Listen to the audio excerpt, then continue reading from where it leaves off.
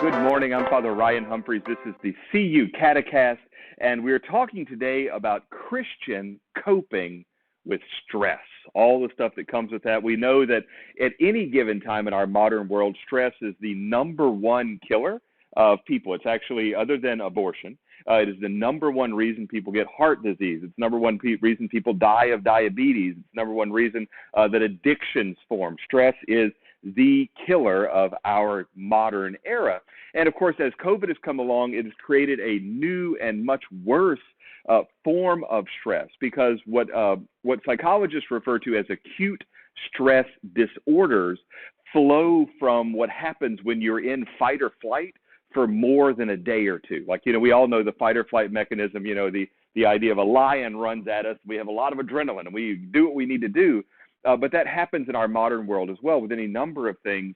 And so as we kind of deal with the, oh goodness, I might get sick. Oh goodness, someone I love might get sick. Oh goodness, tragedy is happening.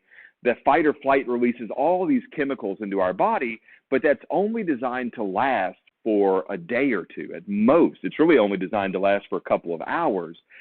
When we are stuck in that mode of, oh gosh, the world is going to end, or basically just watching any news program, for more than a couple of days, we move into a secondary stage of that autonomic system in our body that is typically called the resistance stage.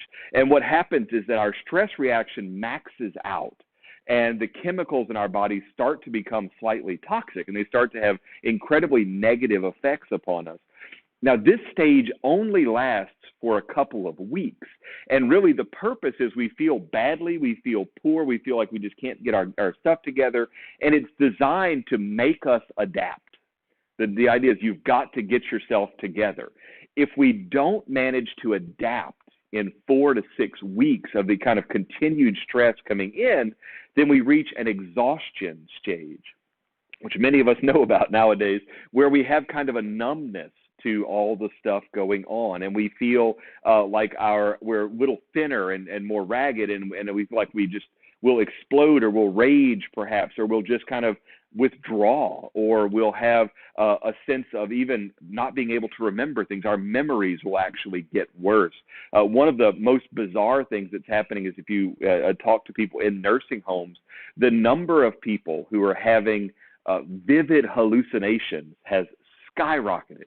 Even people who know it's not a real hallucination, they'll just say, I know that's not a real person standing in my room, but I see them just as clear as day. And it's because this autonomic nervous reaction has lasted too long. And so the way stress works is that you have this fight or flight, then you have this resistance stage, and then you have this exhaustion stage. You spend too long in the exhaustion stage, and you start to do what are called maladaptive behaviors. And this is when we start to diagnose acute stress disorders. And so this is when people start to really make bad decisions. We start to eat too much. We stop exercising. We stop talking to friends on the phone. And as that lasts and gets worse and worse, we move into what are called the generalized anxiety disorders. This is where we have irrational fear of going outside, or irrational fear of the dark, or whatever. And that then ultimately gives way to what we used to call clinical depression. And so that's the way that system works. As stress continues to come in, and as we are pretty well aware, Americans are the worst in the world at coping with anything that doesn't go our way. We're not good at that at all. As those things start to play together, the way that psychologists treat these diseases, the way we treat acute stress disorder or generalized anxiety disorder, is by socialization treatment, where we get you out of the house, or you go spend time with others, and you start to realize, get in some relationships and develop some friendships, go to a support group. But COVID has prevented all the socialization treatments. There's no meaningful way to get out of the house. Even when we're around other people, we have the mask on, so we're constantly reminded that this stuff is happening. It's all around us, and we have to add to that the fact that there is a great deal of anxiety, not just from the condition itself, but from the fact that many of us believe that the media is misrepresenting what's going on. We believe our politicians are being dishonest and using this for their own affairs. There is the constant kind of virtue signaling that is arising both from the church and from politicians and from one another, where if you don't wear a mask, you're a terrible human being. And so all of these things come together to create a constantly changing and never really sure situation, so that we're always kind of being forced back into that stage one of fight or flight, and we move all the more quickly in toward that clinical depression.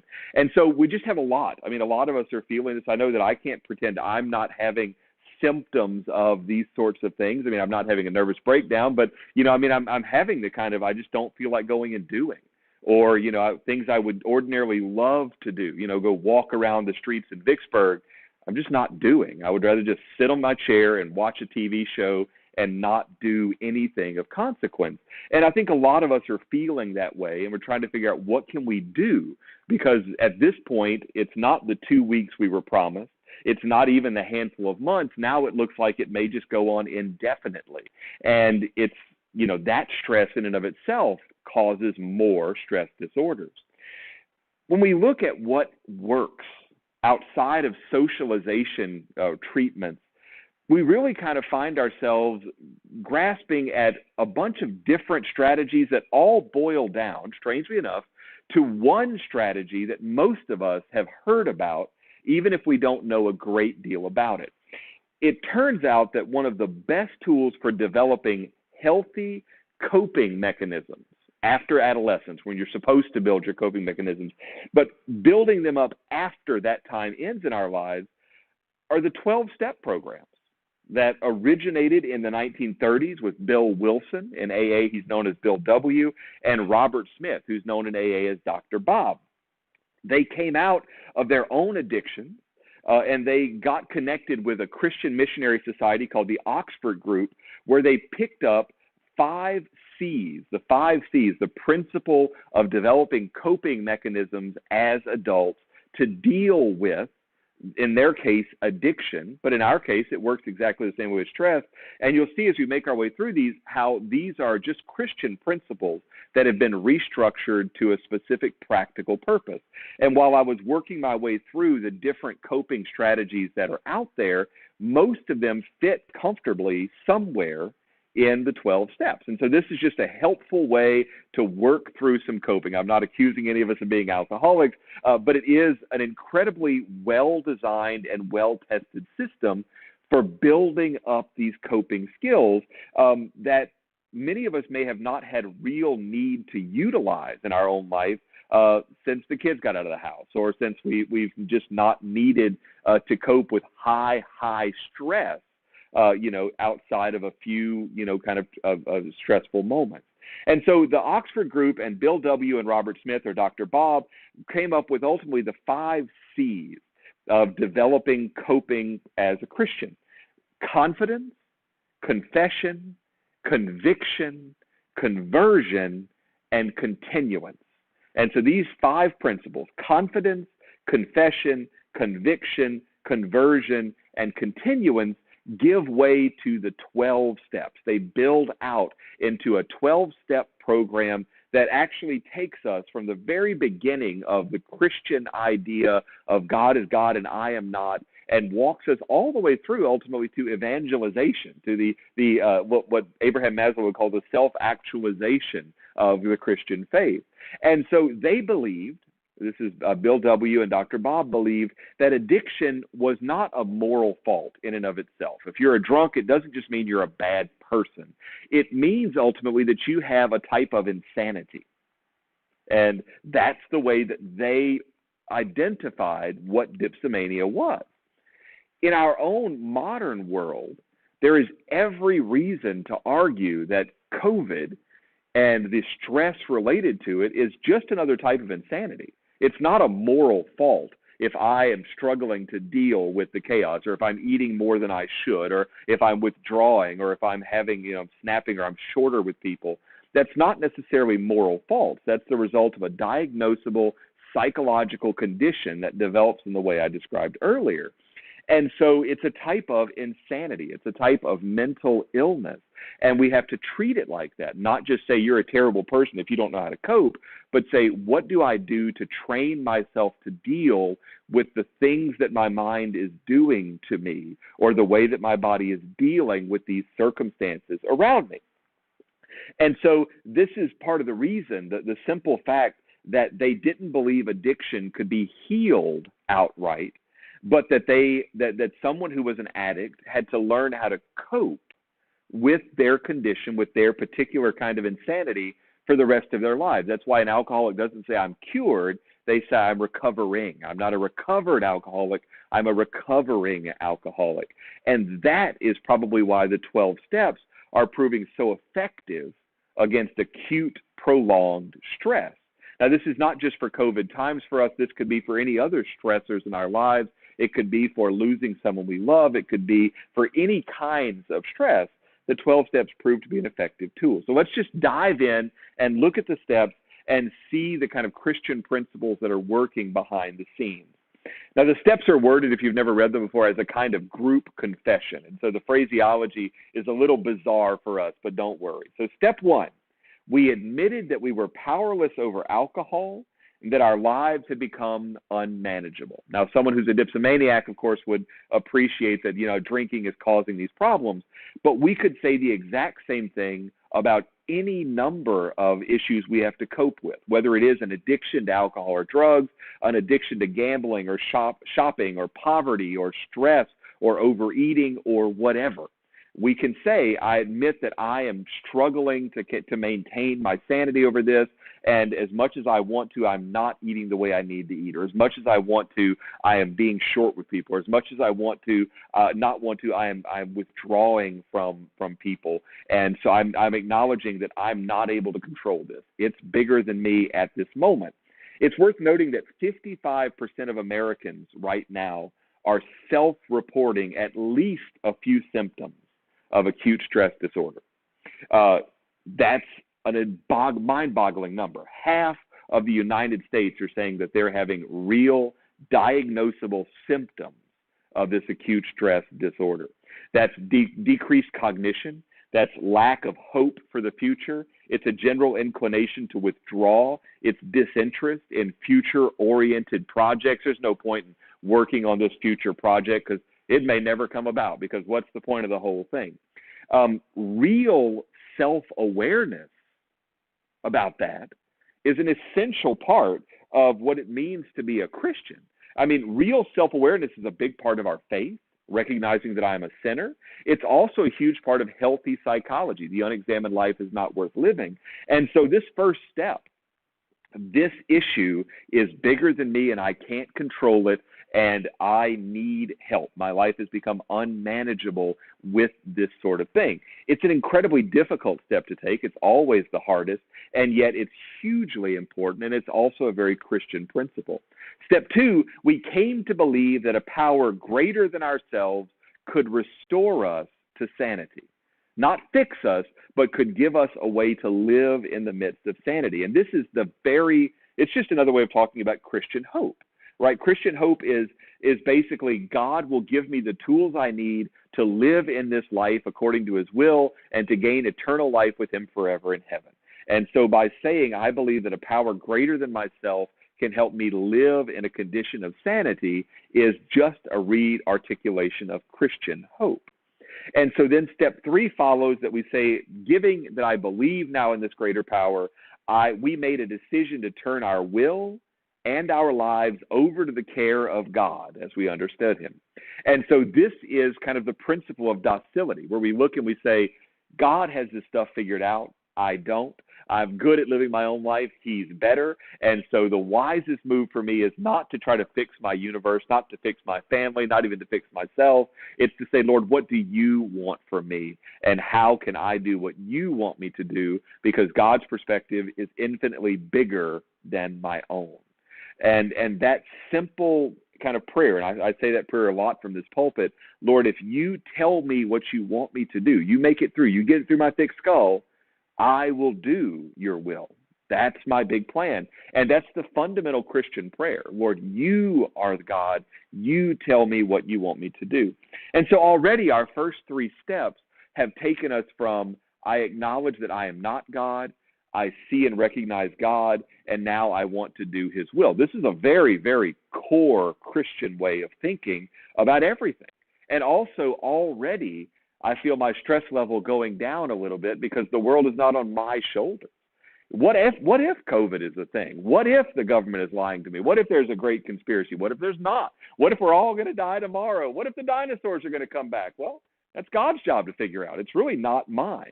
And so as long as I'm doing what the Lord wants me to do, whether it is nothing or whether it's a zombie apocalypse, the Lord's going to direct me in what I need to do, and so I can take a deep breath and just be okay with that. And so already we're feeling a lot better about all the craziness around us. Step 4 is that we made a searching and fearless moral inventory of ourselves. This is basically an examination of conscience, right? This is just looking in and saying, where do I stand? Not just of the things I did wrong, but that complete moral inventory. So not just stuff I did wrong, but what are the temptations that I have? What are the fears that I have? What are the genuine concerns that I have? What are those things where I'll say the prayer, Lord, if you tell me what you want me to do, I'll do it, but I really don't want God to say, go do this. What are those things I don't want to hear the Lord say? And at the same time, what are those things that I could be doing better, but I'm not? What are the things I should be doing better and I'm not? Y'all, most therapy, you go to a therapist, almost all of therapy is the therapist sits there and he starts the clock so he can charge you, because that's the second most important part of therapy. But he starts the clock and then says, tell me about your feelings. And you say, well, I've got all these thoughts. And he goes, I don't care about your thoughts. Tell me about your feelings. And the more you talk about your feelings, the more you start to reveal what's actually going on, not on the surface, not what you're aware of, but what's going on below the surface, the things you're not aware of. I hold resentment toward my children because of this. And it turns out that's not why you resent your children. You actually have a serious issue of fear about yourself, but that's just manifesting as a resentment about this, that, or the other. That's what most of psychology boils down to, is helping you talk your way into understanding the underlying feelings of what's going on. Because stress at its heart is just unexpressed emotion. That's what stress boils down to. It's not so much the circumstances, it's that I'm not aware of what's going on. And so there's a feeling here I don't know about, and I'm simply kind of like a child expressing it over here. I'm upset about this, so I'm acting out about that. And so the more that we kind of look inside and we make this fearless moral inventory, the more the less difference there is there, and the more kind of peace we find in simply saying, well, this is what's actually going on. So we made a fearless moral inventory, and then step 5, which is perhaps the most famous, we admitted to God and to ourselves and to another human being the exact nature of our wrongs. And what is this if not confession? This is exactly what confession is. And in fact, if most priests who have ever been assigned near a halfway house for guys who are coming out of prison or coming out of addiction, will have a lot of Protestants knocking on the door and saying, look, I'm not Catholic, but I need to go in that box thing over there and tell you this whole list. And I need about an hour and a half. And you go, okay, that's fine. And so a fifth step, you always, the priest rule is you set aside 90 minutes for a fifth step, because the guy needs to go through and he needs to say, and then I was drunk when my child was born, or I was drunk when this happened, or I, and he just needs to go through everything he can think of. In Catholicism, we call that a general confession. And you can do that if it's helpful. You can go back and say, look, I'm going to go through my entire life, and I'm going to try to write down every sin, every big sin or every little sin or whatever, and then I'm just going to kind of walk my way through them. And again, all that does is reinforce number 1, step 1, where I admit that I'm a sinner and I cannot do this without God. And so 5th step, we make confession. The 6th step, we were ready, and we were entirely ready to have God remove all of our defects of character. That's a big one. That's basically when we think about making a general indulgence or a plenary indulgence. We talk about that really hard part of being completely detached from sin. That's where we are. We look to the Lord and we say, look, I've confessed, and I am entirely ready to have you remove any of these defects of character. I want them all gone. I'm holding on to nothing. You, Lord, do what you want to do. And so that's incredibly difficult. It's a hard step to reach. And in fact, this is where a lot of people making the process realize this is not you go from step 1 to step 12 and you're done, but it's a lot of looping back. You make your way to step 5 or 6, and then you have to kick back to 2 or 3, and then you make your way again and again and again, very much like when we're doing mourning, right? When we're mourning the loss of someone, it's not just we make our way from denial to acceptance. We loop around and we hop back and we flip over here and we go through the whole thing again, just because that's the organic human way that we exist. So step 6, we were ready for God to take away all of these defects of character. Step 7, we humbly asked him to remove our shortcomings. Now, obviously, this is deeply connected with 6, but this becomes that same prayer of docility where we say, Lord, I'm ready. Do whatever you want to do, and I want to actively have that happen. I'm not just ready. I'm ready to take action to have it happen. Step 8 is that we made a list of all the people we harmed, and we became willing to make amends to them. Now, this is one that's always challenging for alcoholics, but even for us in our stress moments, we might do well to say, who have I snapped at? Or who have I accidentally, been mean to? Or who have I gossiped about because I was in a bad way? Or who have I hurt or insulted or offended or whatever? And step 9 then follows on the same way, where we say, hey, I made amends to these people as best I could. It may be helpful to call this person and say, look, I'm sorry. I was stressed out. I snapped at you. I apologize. It may not be helpful. There may be some salty old biddy that you got into it with, and there's just no value in calling this lady up and saying, I know, I appreciate that I talked bad about you, but you know what? I'll still talk bad about you now because you are a salty lady or whatever. That may or may not be helpful. And even alcoholics discover that there are some people it's not helpful for them to make amends. And we have to kind of be honest with ourselves about that. But step 8 and 9 is about making things right with people. Step 10, then, we continued to take personal inventory, and when we were wrong, we promptly admitted it. And this is a good thing to do in terms of holiness and health, not just to admit it to the Lord, but if I wrong someone, I humble myself and say, you know what, I want to make things right with you. Now, this is easy for me. I live alone. I like living alone.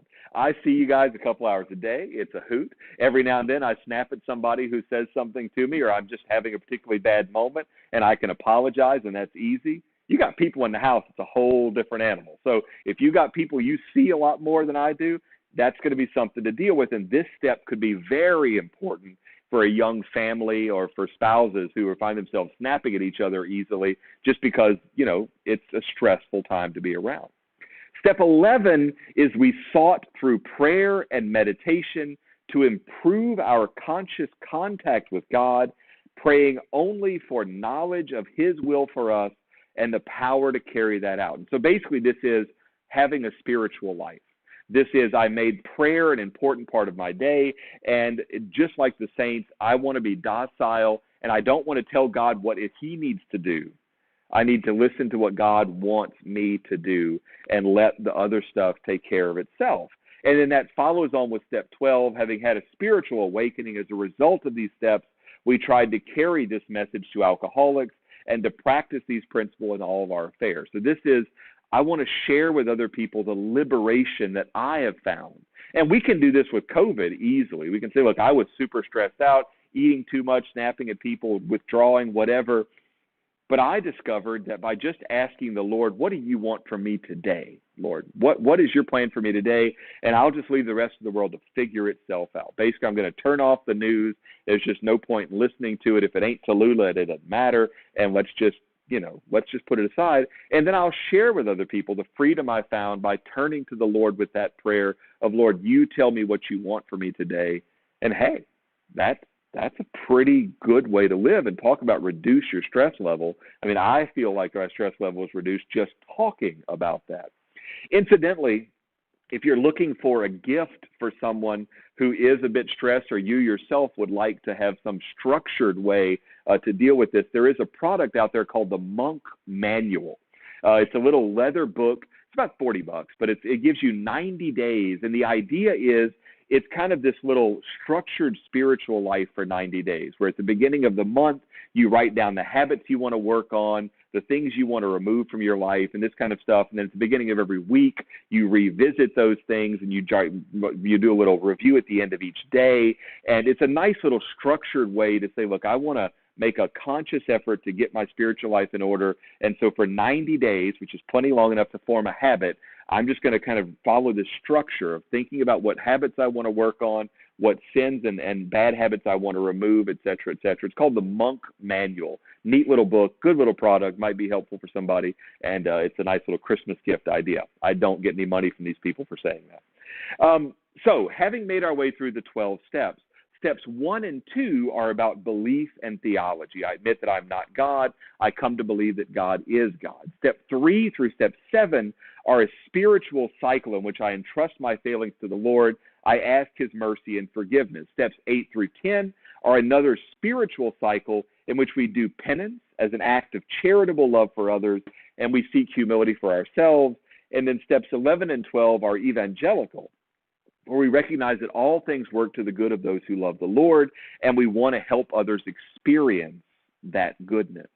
And so it's not the 12 steps that we go through and we're done. It's really 4 processes that we make our way through over and over and over again as a way of coping with the changing world and deliberately placing ourselves in God's care. And so just as a footnote to this, the fathers of the church had a system of 5 processes that worked exactly the same way. The Christian life begins with a recognition of sin and a real experience of God's mercy. From there, the Christian learns what he must do in terms of how do I live the Christian faith. Then he learns more about God himself, and then he learns how to integrate those ideas to change his life and share the result with others. And that goes back to the 200s or 300s, a good bit before the 1930s, when the 12 steps were written out as they are. And so the old system was experience, how to live, what to believe, and then integration. And so that was the way that the fathers talked about the Christian life. And the 12 steps are really just a more specific implementation of that structure for folks with specific problems that they have to cope with and that they cannot avoid. And y'all, that's us. That's exactly who we are. And so we don't need to be a booze hound or a dipsomaniac or an addict or whatever to make use of this system. It's just a good practical way to approach it. And so the reality is that the response to COVID has done a lot of damage. We can't deny that. It's almost the definition of the cure is worse than the disease. And so for better or worse, whatever goes on, whatever lies or truths have been told, whatever the actual science is as opposed to the politicization of the science, all of that kind of doesn't matter. You know, I mean, most of AA meetings begin and end with the serenity prayer. Lord, grant me the serenity to change the things I can and not to care about the things I can't. And ultimately, most of our stress ends up being about worried about stuff that we have no control over, that we cannot change, that we'll never probably know the truth of this side of eternal life. And so the best thing we can do is look to the Lord and say, Lord, you direct me today. And I'll leave all that other stuff to the other stuff. Lord, if you want me to help my children or my nephews or my family or whatever, Lord, you tell me what to say to them, and that's the best I'm going to do. Because if I'm a saint, I'm going to help them way more than if I'm just somebody who's, you know, trying to kind of make my will known in my family structure. So the 12 steps are a valid Christian, doable way to approach coping, and they tie together most of the different coping strategies that we have. The best coping strategies are going to be socialization, and so the more you can be around other people and just visit with them, not complaining about COVID, just talking, cooking, sharing recipes, visiting, laughing, that's going to be the best treatment for stress out there. The second best is going to be the 12 steps, and just to walk through them again one more time so that they're in our brains, and you can look this up online. You type into Google 12 steps, you're going to see them. It's easy to find. Number 1, we admitted we were powerless over stress, that our lives had become unmanageable. Step 2, we came to believe that a power greater than ourselves could restore us to sanity. Step 3, we made a decision to turn our will and our lives over to the care of God as we understood him. Step 4, we made a searching and fearless moral inventory of ourselves. Step 5, we admitted to God, to ourselves, and to another human being the exact nature of our wrongs and attempts at coping. Step 6, we were entirely ready to have God remove these defects of character. Step 7, we humbly admitted to him to remove we asked him to remove our shortcomings. Step 8, we made a list of all persons we had harmed and became willing to make amends. Step 9, we made direct amends to such people wherever possible, except when to do so would injure them or others. Step 10, we continued to take personal inventory, and when we were wrong, we promptly admitted it. Step 11, we sought through prayer and meditation to improve our conscious contact with God as we understood him, praying only for knowledge of his will for us and the power to carry that out. And step 12, having had a spiritual awakening as a result of these steps, we tried to carry this message to others and to practice these principles in all of our affairs. And so a wonderful, simple, straightforward kind of thing that we can, I think, certainly I can feel connected to, but that I think will provide us a practical strategy for dealing with the ongoing stress that we all feel. And so it's a good time for us to kind of think about these things, address them, and there we go.